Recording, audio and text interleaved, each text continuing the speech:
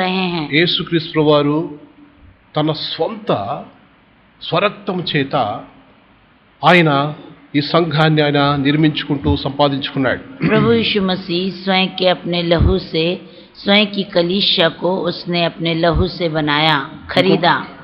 ఆ సంఘాన్ని ఆయన ఏం చేసినాడంటే నా దేహం అన్నాడు. उस कलीसिया को उसने क्या किया? मेरी देह कह के पुकार रहा है। అది మనం మత్తయి గారి సువార్త 26వ అధ్యాయము 26వ వచనంలో చూస్తూ వచ్చినాం. हम मत्ती 26 अध्याय 26 पद में देखते आए हैं। ఆయన యొక్క రక్తం చేత కొనబడినటువంటి మనము उसके लहू के द्वारा जो हम खरीदे गए, ఆయన దేహంలోని అవయములుగా అంగములుగా మార్చబడినాం. उसके देह में अंग में हम बदल गए। కనుక ఇప్పుడు పాత నిబంధన కాలంలో ఉన్న ఇశ్రాయేలులకు ఉన్నటువంటి ధన్యత కంటే पुराने नियम में इस्राएलियों को जो धन्यता था, దానికంటే మించిన ధన్యత అన్ని జనులమైన మనకు దేవుడు అనుగ్రహిస్తూ వచ్చినాడు. प्रभु यीशु में अन्य जातियों में उनसे बढ़ के वो धन्यता प्रभु यीशु मसीह में हमें दिया गया। ఈ గొప్ప ధన్యత ఇది. ये बहुत बड़ी धन्यता है। ఆయన ప్రజలం మాత్రమే కాదు, उसकी प्रजा ही नहीं, ఆయన దేహముగా మార్చబడ్డాం. उसके देह में हम बदले गए। దాన్ని సంఘము, నా సంఘం అని యేసుప్రభువారు అంటున్నారు. उसी को प्रभु यीशु मसीह मेरी कलीसिया कह रहा है। కనుక యేసుక్రీస్తు ప్రభు యొక్క సంఘము చాలా శ్రేష్టమైంది. प्रभु यीशु का कलीसिया बहुत ही उत्तम है। ఈ సంఘము రేపు భూమి మీద ఉండదు, అది ఎత్తబడుతుంది. ये कलीसिया कल के दिन में पृथ्वी पर नहीं रहेगी, वो उठाई जाएगी। కానీ ఏదో పేరుకు సంఘాలని సెయింట్ పాల్ అని, ఏదో బ్యాప్టిస్ట్ చర్చ్ అని, మెథడిస్ట్ చర్చ్ అని, హెబ్రోన్ చర్చ్ అని పేర్లు అది కాదు. नाम के लिए जो हेब्रोन चर्च, बैप्टिस्ट चर्च है वो नहीं, అవన్నీ కూడా అడ్రస్లు. वो सिर्फ पता है। అడ్రస్లు అంటే మనం ఇప్పుడు ఫలానా చోట హెబ్రోన్ చర్చ్ ఉంది, హెబ్రోన్ మందిరం ఉంది, अभी फलाने स्थान पर हेब्रोन चर्च है, అక్కడ చేరొచ్చేటువంటి యేసు రక్తంతో కనబడి విమోచించబడిన ప్రజల సంఘం. वहाँ पर प्रभु यीशु के लहू से खरीदे गए, छुड़ाए गए, वो है प्रभु की कलीसिया। పౌలు గారు ఏమంటారంటే इसलिए पौलुस कहता है చర్చ్ అట్ కొరింథ్, चर्च एट कुरंती, అంటే కొరింథీలో ఉన్న సంఘము అని అర్థం. कुरंती में रहने वाली कलीसिया। మనం ఇప్పుడు ఎబ్రోను మందిరము, ఆ ఎబ్రోను సంఘం కాదు, हेब्रोन कलीसिया नहीं है, ఆ ఎబ్రోన్లో చేరొచ్చి యేసు యొక్క రక్తంతో విమోచించబడిన వారు సంఘం. हाँ, हेब्रोन मंदिर में जो आ रहे हैं, प्रभु यीशु के लहू से खरीदे गए हैं, वो कलीसिया है। సంఘం అంటే ఒక చోట ఇట్లా కట్టబడి గోడల్లాగా ఆలయంలాగా ఉండదు. हाँ, भवन इमारत बना हुआ मंदिर वो नहीं है कलीसिया। ఇటుకలతో ఈ యొక్క రాళ్ళతో సిమెంట్తో కట్టబడింది సంఘము కాదు. ईंटों से सीमेंट से बनाया हुआ मंदिर वो कलीसिया नहीं है। కానీ సజీవ రాళ్ళు అంటే యేసు ప్రభు యొక్క జీవమును పొందినటువంటి విశ్వాసుల సముదాయము సంఘము. लेकिन जीवित पत्थरों से प्रभु यीशु के लहू से खरीदे गए जीवित कलीसिया वो कलीसिया है। కనుక ఈ యొక్క తప్పుడు దర్శనం నుంచి బయటికి రావాలి. ये झूठे दर्शन से बाहर आना है। ఆ బ్యాప్టిస్ట్ చర్చ్ మాది, ఆ మెథడిస్ట్ చర్చ్ మాది, హెబ్రోన్ చర్చ్ మాది, అది తీసేయాలి, అది తీసేసుకోవాలి. वो अपने विचारों से निकाल देना, ये हेब्रोन चर्च मेरा है, बैप्टिस्ट चर्च मेरा है करके। ప్రతి ఒక్కరిని ప్రభు సరి సమానంగా ప్రేమిస్తున్నాడు, జ్ఞాపకం ఉంచుకోండి. याद रख लीजिए, स्मरण रखिए, परमेश्वर सभी से बराबर प्रेम कर रहा है। హెబ్రోన్ వాళ్ళతో సగం ప్రేమించి వీళ్ళతో ఫుల్ ప్రేమించి అట్లా కాదు.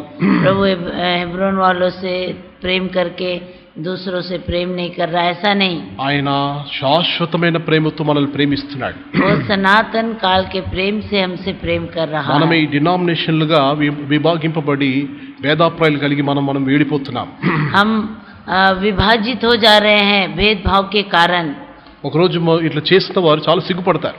एक दिन हम जो ऐसा कर रहे हैं, एक दिन शर्मिंदित हो जाएंगे। కనుక సంఘం అంటే ఏంటంటే कलीसिया क्या है बोलने से, యేసు ప్రభు యొక్క రక్తంతో కూడిన ఆయన దేహంలో ఉన్న అవయములము మనమే సంఘం. हाँ, प्रभु यीशु के लहू में खरीदे गए उसकी देह में जो अंग है वही कलीसिया है, हम ही उसकी कलीसिया है। యేసుక్రీస్తు ప్రభు ఆయన రెండోసారి వచ్చినప్పుడు जब प्रभु यीशु दूसरी बार आएंगे, ఏ సంఘాన్ని తీసుకుపోతాడంటే कौन सी कलीसिया को लेकर जाएगा? ఎవరైతే ఆయన చెప్పినట్టుగా మెలకుగా ఉండి ప్రార్థన చేస్తున్న సంఘమే ఎత్తబడుతుంది. जो उसके कहने के अनुसार जागते हुए प्रार्थना करने वाली कलीसिया है वो उठाई जाएगी। ప్రార్థన ఎందుకు చేయాలి? ప్రార్థన ఎందుకు చేయాలి? प्रार्थना क्यों करना है? ప్రార్థన మనల్ని ప్రభు రాకడ కొరకు సిద్ధపరుస్తుంది. ఇతరులను మనం ప్రభు కొరకు సిద్ధపరచొచ్చు. प्रार्थना हमें प्रभु के आगमन के लिए तैयार कर रहा है और दूसरों को हम तैयार करना है। అది వాక్యంలో ప్రభువారు సెలవిచ్చిన మాట అది. वो परमेश्वर ने अपने वचन में ये యేసు कहा ప్రభువారు है। యేసు ప్రభువారు సెలవిచ్చిన మాట. प्रभु यीशु ने अपने वचन में ये कहा है। ఆయన శిష్యులకు ఆయన హెచ్చరిక ఇచ్చిపోయినాడు. चेलों को उसने चेतावनी दिया। వెలుగుగా ఉండి ప్రార్థన చేస్తుండే మనుష్య కుమారుడు ఏ సమయం రావచ్చు అన్నాడు.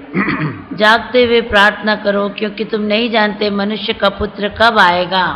అది మత్తయి గారి సువార్తలో చూస్తున్నాం. అది वो मत्ती रचित सुसमाचार में हमने देखा। అది అంటే యేసు ప్రభువారు వెళ్తూ వెళ్తూ ఇచ్చిన ఆఖరి హెచ్చరిక, ఆఖరి ఆజ్ఞ అని చెప్పొచ్చు. आखिरी आज्ञा प्रभु जब जा रहे थे अपने चेलों को उसने दिया। మీరు యెరూషలేములో ఉండి కనిపెట్టుకొని ఉండండి, పరిశుద్ధాత్మ మీదకి వస్తాడని చెప్పిపోయినాడు. पवित्र आत्मा तुम पर आएगा, तुम यरूशलेम में रहकर बाट जो हो। మెలకుగా ఉండి ప్రార్థన చేస్తే మనకు వచ్చే లాభము, जागते हुए प्रार्थना करने से जो लाभ हमें है। లూకా గారి సువార్త 21వ అధ్యాయము, लूका 21 अध्याय, 21వ అధ్యాయం దయచేసి చూడండి. लूका 21 अध्याय అందరం 34। కలిసి ఆ మాట చదువుకుంటాం. सब मिलकर उस वचन को पढ़ेंगे। 36, 34, 35, 36 34, 35, 36 ఎంతో బలమైన మాటలు ఇవి. कितना प्रभावशाली वचन है। దయచేసి తెలుగులో చదవండి. మొదట दया करके तेलुगु में पढ़िए। మీ హృదయంలో ఒకవేళ తిండి వలనను ఆ, మత్తు వలనను ఐహిక విచారం వలనను మందంగా ఉన్నందున ఉమ్, ఆ దినము ఆకస్మాతంగా మీ మీదికి ఉరి వచ్చినట్టు రాకుండా ఉమ్, మీ విషయమై మీరు జాగ్రత్తగా ఉండుడి. ఆ, ఆ దినము భూమి అందంతటా నివసించు వారందరి మీదికి అకస్మాత్తుగా వచ్చును. అకస్మాత్తుగా వచ్చును.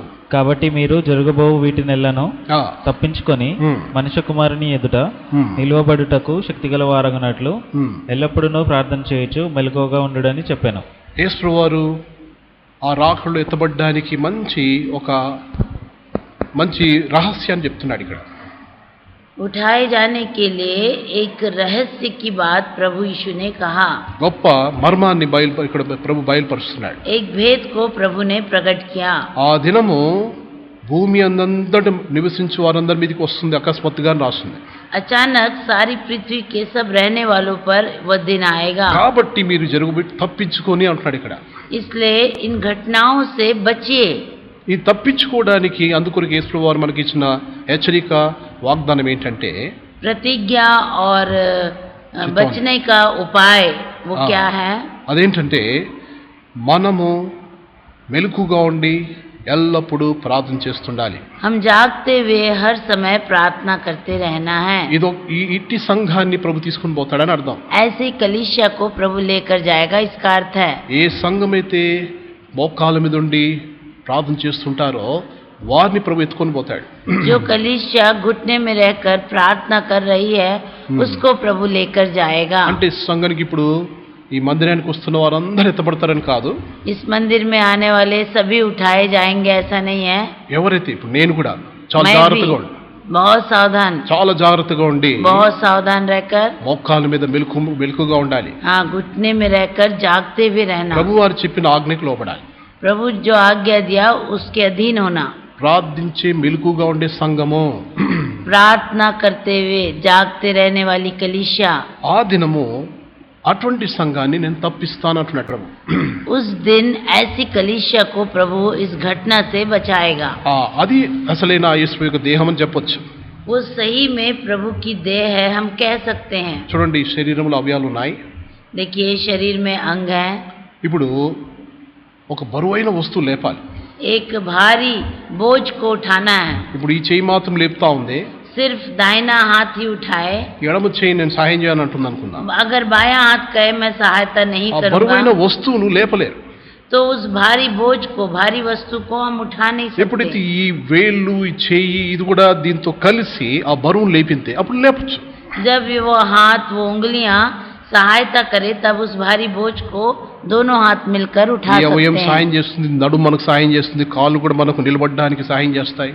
कमर, हाथ, पैर हमारी सहायता करते శరీరం అంతా కూడా బరువు లేపడానికి ఒక్క తాటిగా అన్ని లేపడానికి బలం వస్తుంది. पूरे शरीर एक होकर उठाने में सहायता करती है. కనుక దైవ సేవకులు ప్రార్థన చేస్తున్నారు, విశ్వాసులు నిద్ర అట్లా కాదు. విశ్వాసులు నిద్ర ప్రార్థన చేస్తున్నారు, దైవకులు నిద్ర అట్లా కాదు. అందరు మెలకుగా ఉంటున్నారు అక్కడ ప్రభు. सेवक लोग प्रार्थना कर रहे हैं, विश्वासी लोग नहीं कर रहे हैं.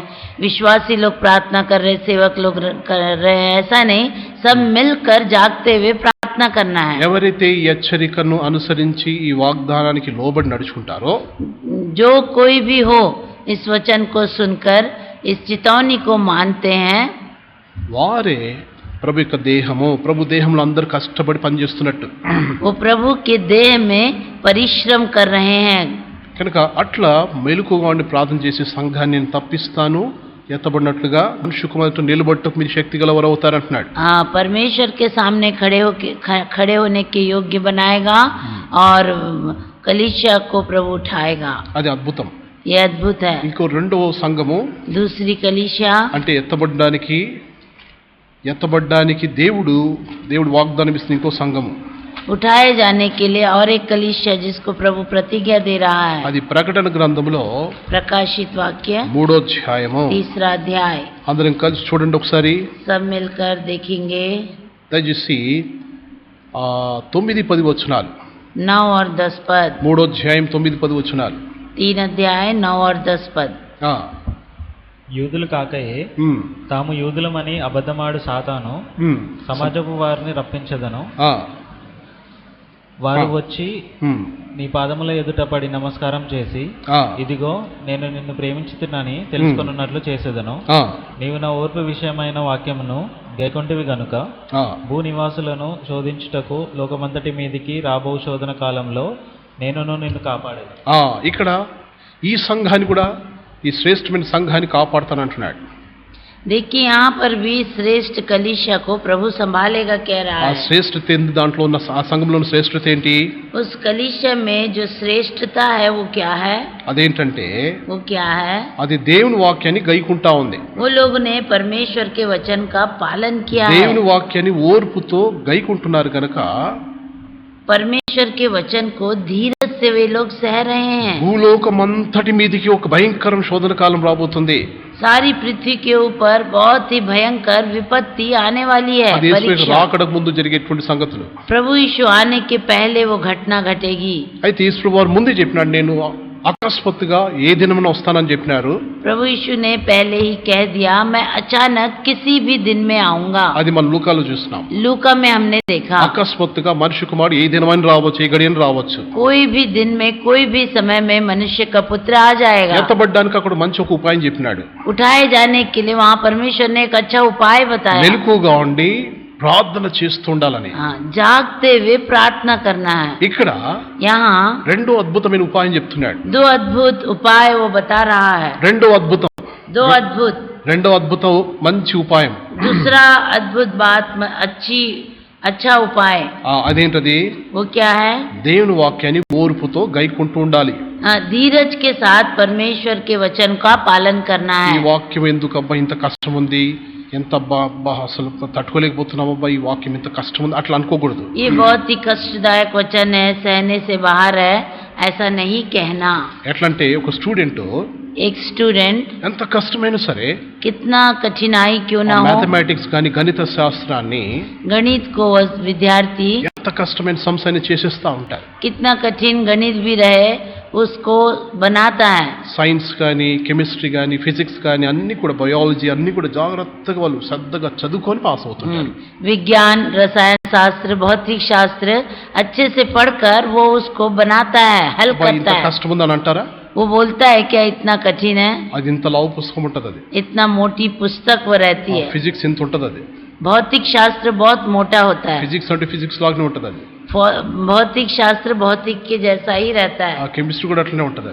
रसायन शास्त्र भी वैसा ही होता ఇంత है. లావు పుస్తకాలు కష్టపడి చదువుతారు. इतना मोटी पुस्तक को बहुत परिश्रम करके पढ़ते हैं. ఓర్పుతో చదివినందుకే పాస్ అవుతారు కదా. धीरज से पढ़ते हैं करके पास होते हैं ना. అయితే బైబిల్ ఇంత చిన్న పుస్తకము, बाइबल कितनी छोटी पुस्तक है. చిన్న చిన్న గ్రంథాన్ని నువ్వు ఆచరించకపోతే, छोटा ग्रंथ पुस्तक को अगर हम पालन नहीं करेंगे, మనం ఎత్తబడతామా? हम क्या उठाए जाएंगे? అబ్బా ఇది చాలా కష్టం అబ్బా, ये बहुत मुश्किल है, बहुत कठिन है అంటే ఇది చాలా కఠినమైంది అన్నట్టుగా అంటుంటారు.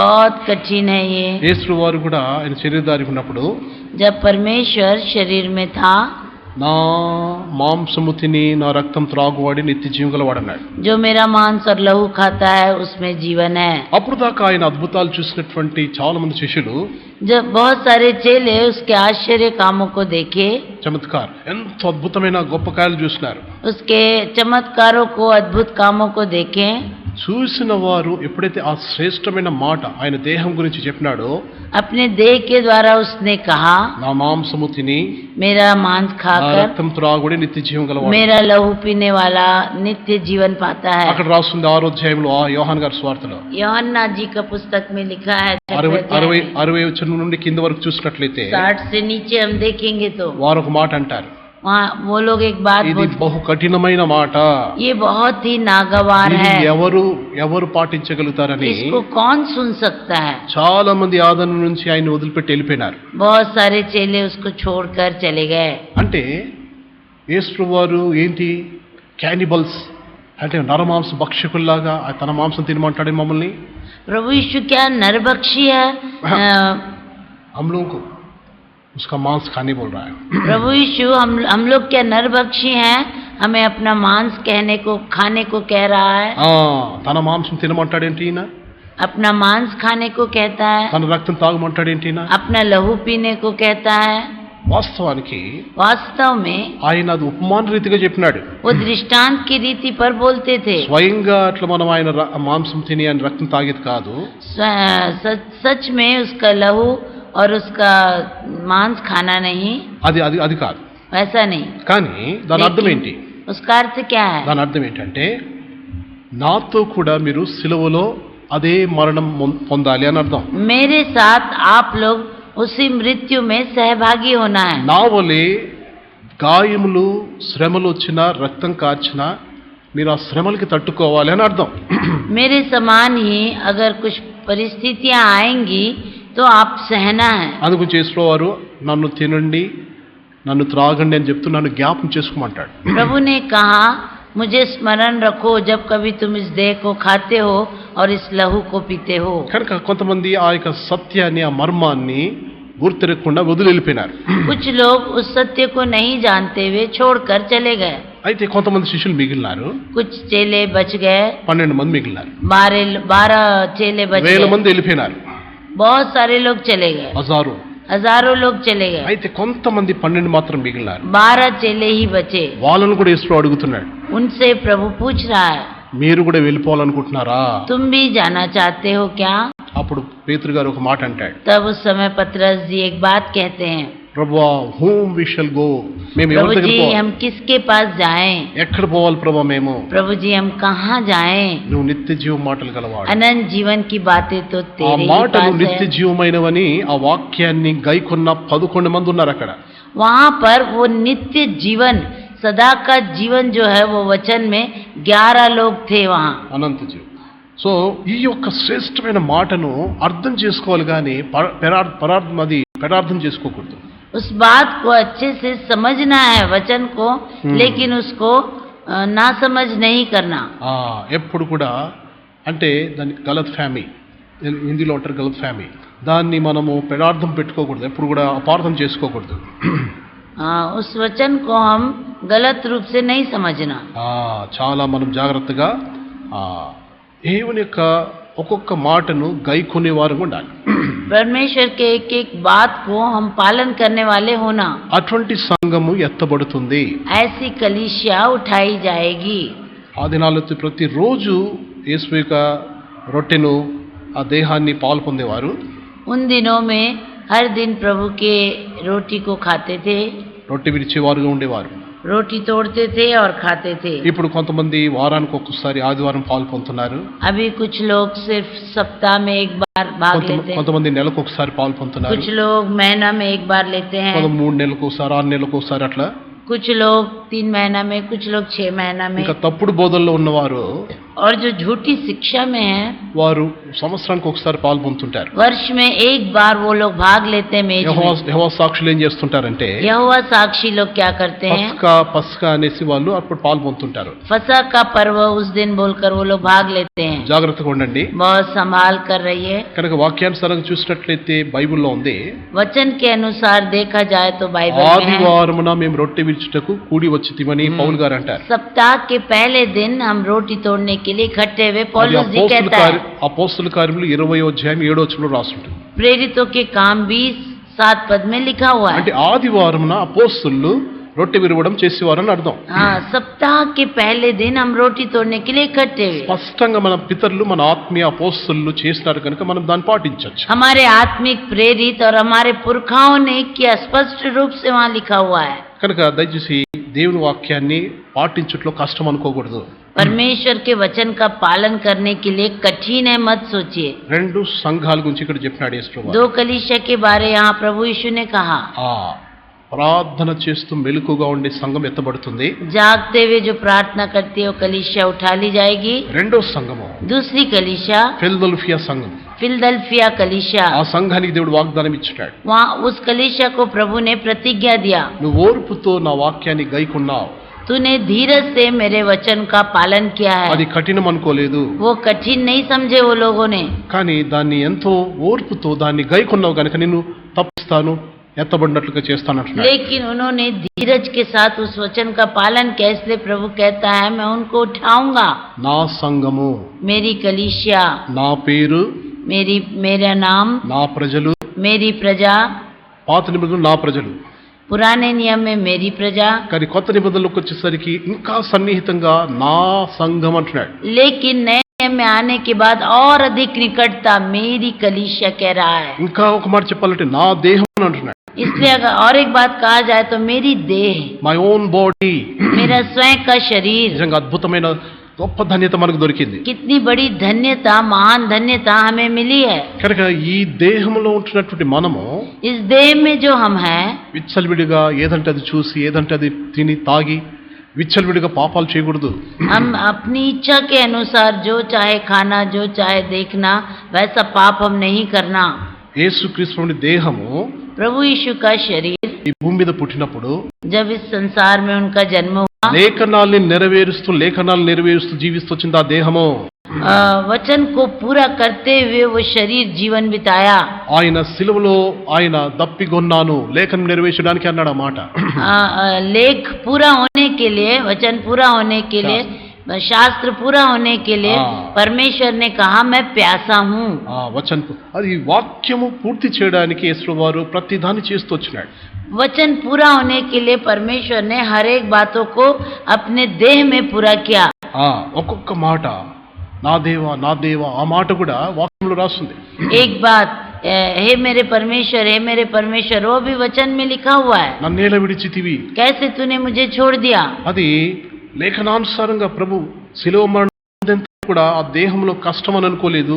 ఆ దేహంలో ఎన్ని కష్టాలు వచ్చినా వాక్యాన్ని తండ్రి వాక్యాన్ని నెరవేరుస్తూ వచ్చినాడు యేసు. वो शरीर में कितना भी कष्ट आए, परमेश्वर की इच्छा को पूरी करने के लिए हर एक वचन को अपने जीवन में पुत्र ने पूरा किया. ఈ లోకంలో నిజంగా నువ్వు యేసు యొక్క దేహంలో అవయముగా ఉంటే, अगर इस संसार में सचमुच में आप प्रभु की देह में अंग हैं तो ఎంత కష్టమైన నువ్వు కష్టం అనుకో, चाहे वो कितनी भी परेशानियां क्यों ना हो,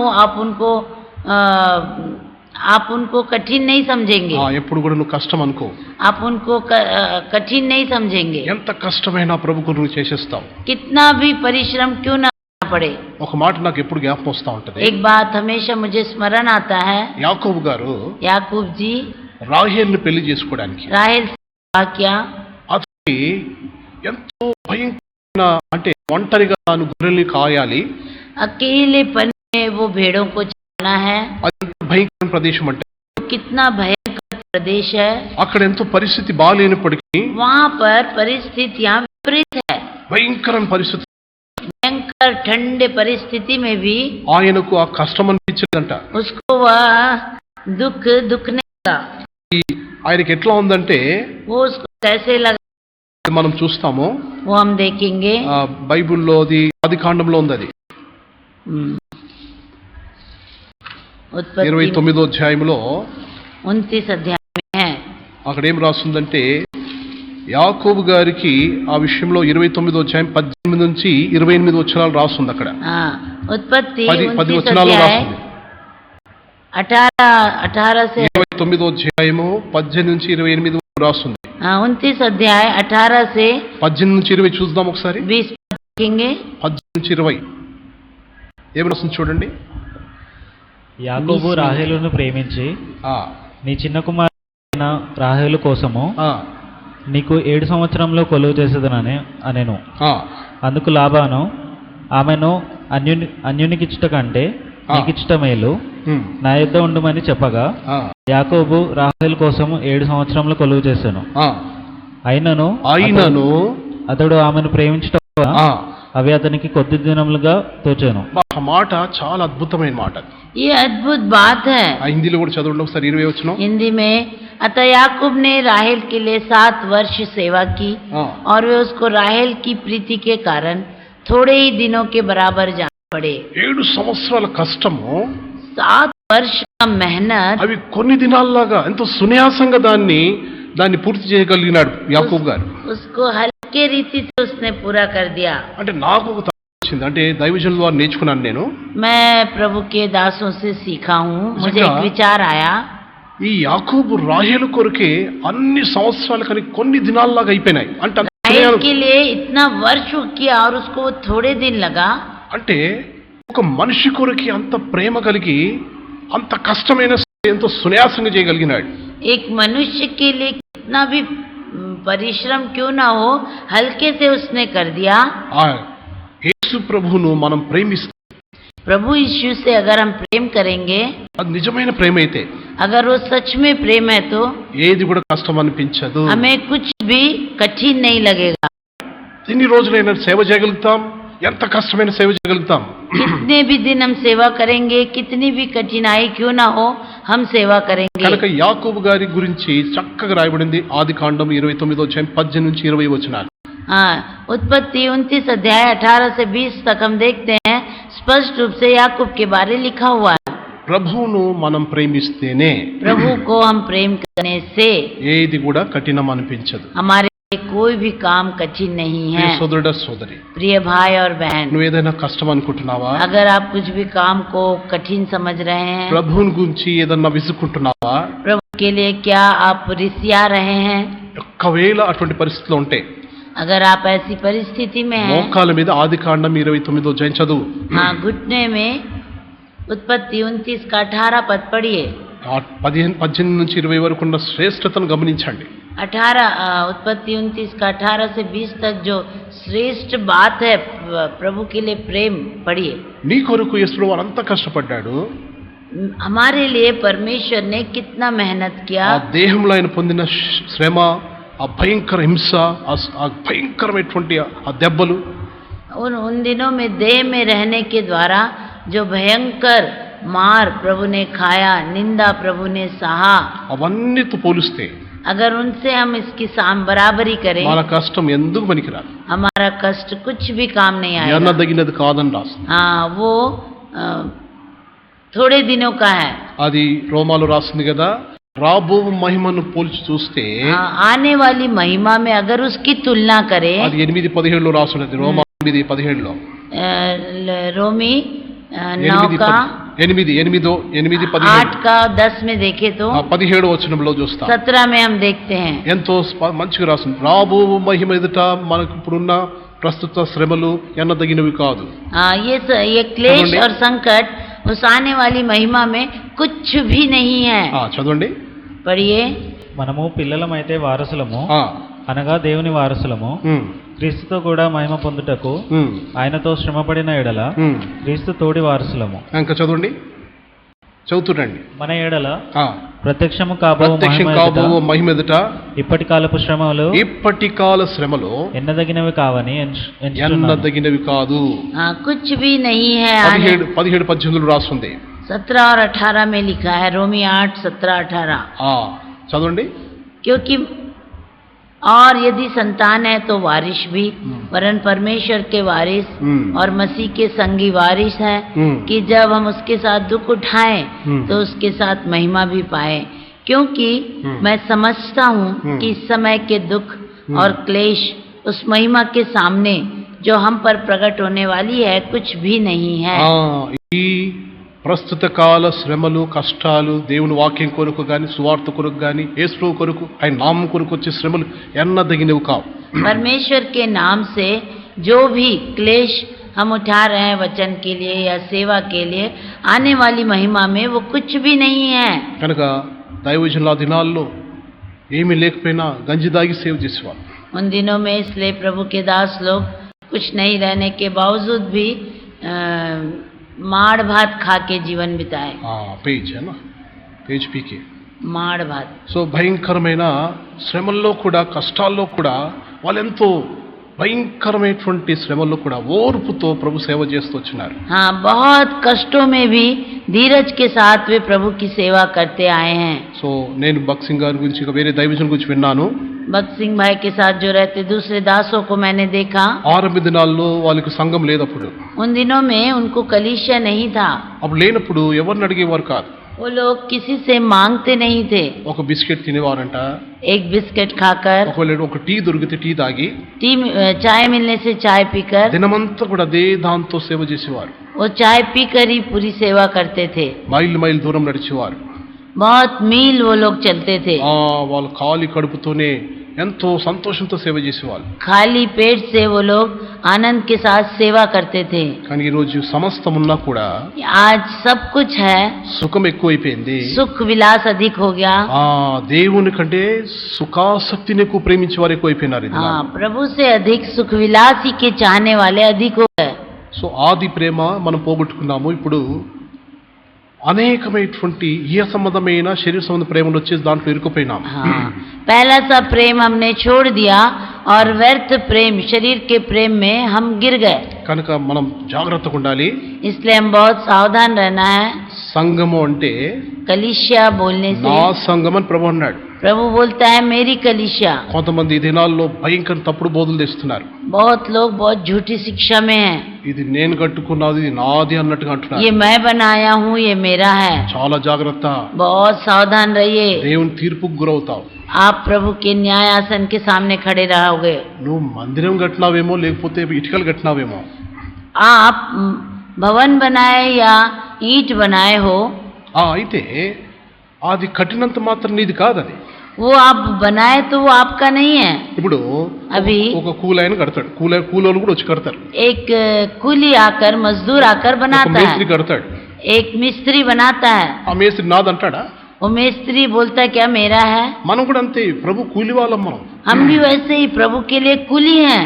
అది ఆయనది, वो उसका है, సంఘము ఆయనది। कलीसिया उसका है। కొంతమంది ఇది నాది అన్నట్టు, అంత నాకే ఉండాలన్నట్టుగా చాలా భయంకరంగా ప్రవర్తిస్తున్నారు। बहुत लोग ये मेरा ही है बोल के बहुत भयंकर रीति से व्यवहार करते हैं। అది దేవుని ఆత్మ కాదు, वो परमेश्वर का आत्मा नहीं है। యేసుక్రీస్తుకు సంబంధించింది మనదిగా అనుకోకూడదు ఎప్పుడు। प्रभु यीशु से जो संबंधित है वो हमारा है, कभी नहीं అది सोचना। నాది కాదు, అది ప్రభు ధనాలు। वो मेरा नहीं है, वो प्रभु का है बोलना चाहिए। ఇంకా మనం ఎట్లుండాలంటే, और हम कैसे रहना बोले तो, ప్రభు నావన్నీ కూడా నీవే ప్రమాణాలు। प्रभु जी मेरा जो कुछ भी है वो तेरा है। కానీ ఈ రోజు ఉల్టా అయిపోయింది అంత, लेकिन आज उल्टा हो गया, అంత వ్యతిరేకం అయిపోయింది। सब विपरीत हो गया। ప్రభు సంబంధించిన వాడు కూడా మనం అంటున్నాం, మనం నావే అంటున్నాం। जो भी प्रभु से संबंधित है वो मेरा है कह रहे हैं। చాలా జాగ్రత్తగా ఉండాలి। बहुत सावधान रहना है। దేవుని ఆత్మ కలిగిన వాళ్ళు ఎప్పుడు అట్లా మాట్లాడరు। प्रभु की आत्मा जिनमें है वे कभी ऐसा नहीं ఇది कहेंगे। దేవునిది, దేవుని సంఘము। ये परमेश्वर का है, ये परमेश्वर నా की సంఘము, कलीसिया है।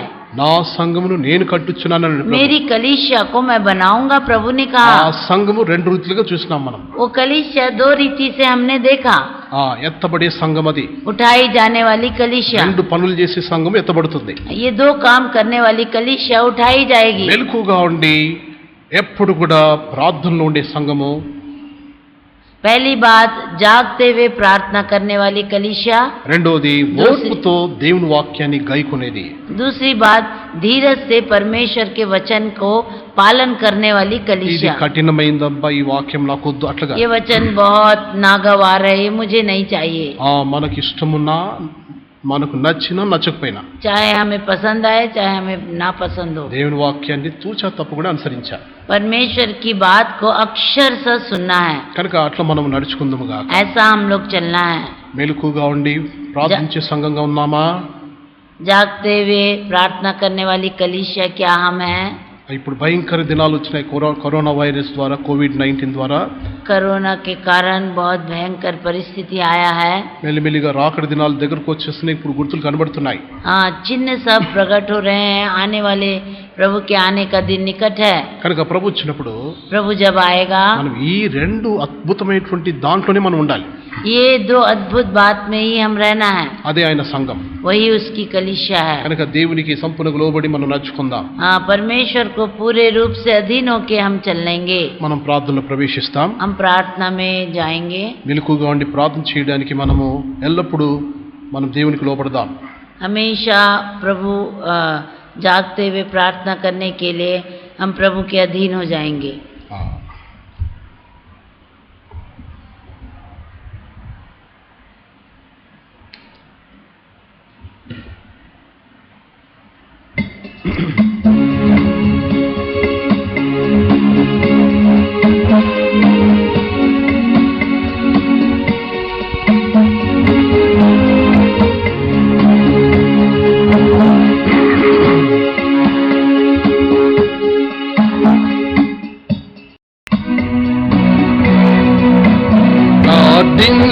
ప్రార్థించుమంటివి ప్రభువా సంకట సమయములో, ప్రార్థించుమంటివి ప్రభువా సంకట సమయములో, దయచూపి నన్ను కరుణించి ప్రేమతో ఆదరించుమయ్యా. దయచూపి నన్ను కరుణించి ప్రేమతో ఆదరించుమయ్యా. ఈ పాద సన్నిధికి రూపమయా మెస్సయ్యా, నీ ప్రేమ చితిని, నీ ప్రేమ చితిని.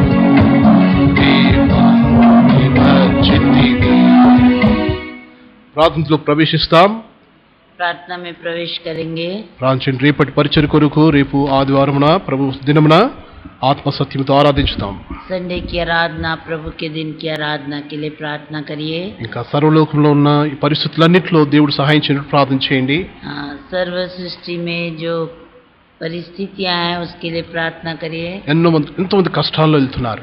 कुछ लोग बहुत सारे कष्टों में हैं, అనారోగ్య పరిస్థితిలో ఉంటున్నారు. अस्वस्थ हैं. దేవుడు వారిని సంపూర్ణంగా ఆదుకున్నట్టు ప్రార్థన చేస్తాం. प्रभु उनको संपूर्ण रूप से అనేకులు రక్షింపబడాలని ప్రార్థన చేస్తాం. అనేకులు రక్షింపబడినట్లు ప్రార్థన చేస్తాం. हर एक के उद्धार के लिए प्रार्थना करेंगे. రండి, మోకరిస్తాం. आइए घुटने टेके.